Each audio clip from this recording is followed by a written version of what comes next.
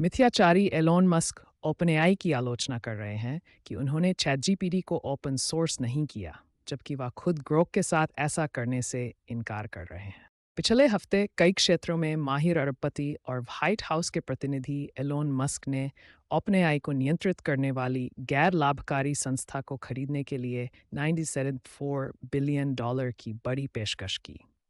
Musk ने 2015 में मौजूदा सीईओ सैम एल्टमैन के साथ मिलकर चैटजीपीटी बनाने वाली कंपनी की स्थापना की थी, लेकिन 4 साल बाद उसकी दिशा से निराश होकर गुस्से में इस्तीफा दे दिया।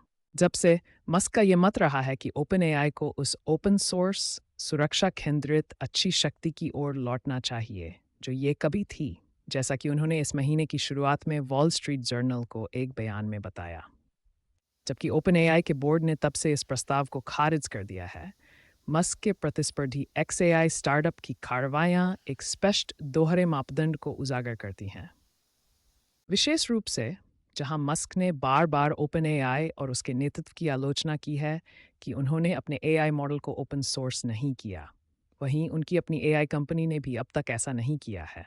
जैसा कि ZDNet बताता है, इस स्टार्टअप ने केवल अपना पहला AI मॉडल, जिसे ग्रॉक 1 कहा जाता है, मार्च में ओपन सोर्स किया था, जो इसकी प्रारंभिक रिलीज के लगभग 4 महीने बाद था। सभी आगामी मॉडल, जिनमें इस सप्ताह की शुरुआत में जारी किया गया ग्रॉक 3 भी शामिल है, बंद स्रोत ही रहे, जो इस मामले पर मस्क के दोहरे रवैये को दर्शाता है।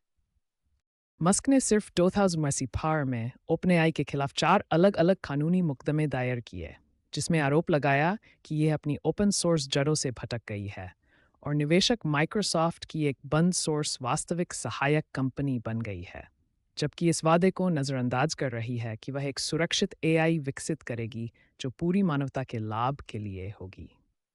ओपन सोर्स की परिभाषा पिछले कुछ वर्षों में काफ़ी बदल गई है। ये शब्द कभी इस बात को दर्शाता था कि किसी विशेष प्रोग्राम का स्रोत कोड सार्वजनिक रूप से उपलब्ध है।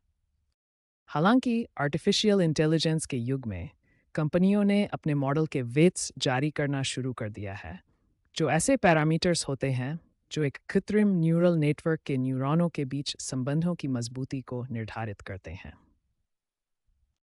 ओपन सोर्स की बदलती परिभाषा लगातार बहस का विषय बनी हुई है, खासकर चीनी AI स्टार्टअप डीपसीक के open source R1 reasoning model के लॉन्च के बाद, जिसने पश्चिमी टेक सेक्टर में हलचल मचा दी।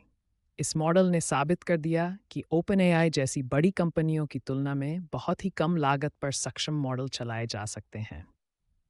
हालांकि ओपन सोर्स AI को बढ़ती स्वीकृति मिल रही है, XAI के अधिकांश मॉडल अब भी एक ब्लैक बॉक्स बने हुए हैं, बिल्कुल वैसे ही जैसे उसके प्रतिस्पर्धी ओपनएआई द्वारा प्रशिक्षित मॉडल।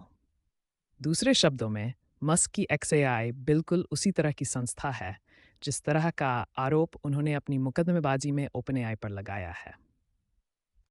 क्या इसका पारंपरिक बंद सोर्स तरीका यह साबित करता है कि दुनिया के सबसे अमीर व्यक्ति की AI कंपनी समय से पीछे है? यह तो वक्त ही बताएगा।